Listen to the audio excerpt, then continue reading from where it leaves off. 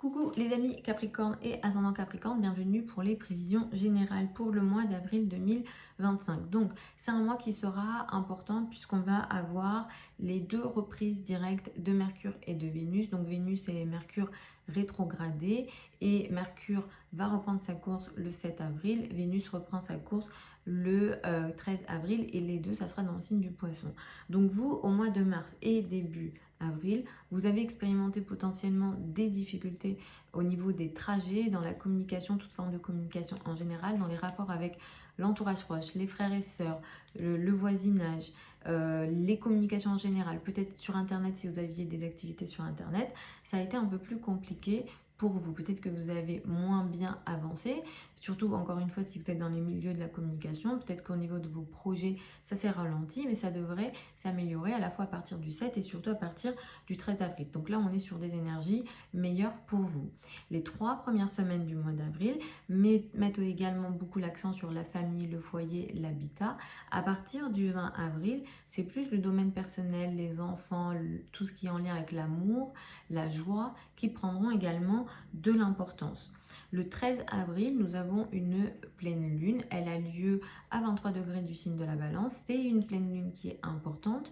Il y a un T carré qui se forme au moment de cette pleine lune-là. Il faudra faire attention à ça parce que c'est une pleine lune qui est dite martienne. Donc il y a une énergie de Mars. Mars reste quand même un maléfique en astrologie traditionnelle. Donc qu'est-ce que ça va apporter? Ça va apporter une prise de conscience importante ou une situation qui va faire surface. Les pleines lunes ne créent pas de situation nouvelle. Ce qui se passe ici, c'est que peut-être qu'il y a déjà quelque chose qui était déjà là, qui était en processus, disons, de développement et qui n'éclatait pas. Et ce qui se passe, c'est que la pleine lune fait éclater certaines situations qui se voyaient un peu moins. Là, il va être question d'une prise de conscience où une situation va s'arrêter dans le domaine de la carrière, de la place dans le monde et de l'image dans le monde. Il se pourrait que vous soyez d'ailleurs face à des tiraillements entre la carrière, la place dans le monde et la maison, le foyer et l'habitat. Mars étant en face de vous, le partenaire, le couple, le rapport à l'autre est aussi concerné. Sur d'ailleurs les dernières semaines et les derniers mois, il a été question de conflits très importants dans votre vie au sein du couple ou de toute forme de relation à deux. Vous avez été agressé ou vous êtes senti un peu plus agressé qu'à votre habitude et effectivement au moment de cette pleine lune, ça prend de l'importance également. Il y aura un besoin d'équilibre, un besoin de justice ou un manque de justice ici qu'il faudra regarder dans justement toutes vos responsabilités, surtout en carrière et aussi en lien avec la maison, le foyer, l'habitat et là tous ces tiraillements qui seront importants. Donc attention, ne prenez pas de risques, essayez d'arrondir un maximum les angles parce que c'est une pleine lune qui peut apporter beaucoup d'agressivité, surtout dans le rapport à l'autre. Et cet autre-là, ça peut être le partenaire, mais ça peut être aussi d'autres formes de partenariat, vos associés si vous en avez, ou d'autres formes de collaboration. Mars va quitter le signe du Cancer pour entrer dans le signe du Lion. Ça, c'est plutôt une bonne nouvelle parce que Mars était en faiblesse et en difficulté dans le signe du Cancer. Sur les dernières semaines et les derniers mois, vous avez vécu beaucoup de situations agressives dans le rapport à l'autre. À partir du 18 avril, ça va s'arranger de plus en plus. Attendez-vous quand même à 2 mois de combat dans ce qu'on appelle les finances en commun, crédit, dette, argent du partenaire. Ici, pour certains d'entre vous, vous serez concernés par des situations d'opération médicale. Je vous souhaite que ça se passe le mieux possible. Si vous avez ce type d'actualité, je vous conseille de vous faire suivre par un ou une astrologue si vous êtes concerné par des opérations médicales dans les 2 mois qui suivent le 18 avril et où le partenaire aura des situations importantes en lien avec ses finances à lui. Donc effectivement, ça va vous concerner dans la foulée du 18 avril.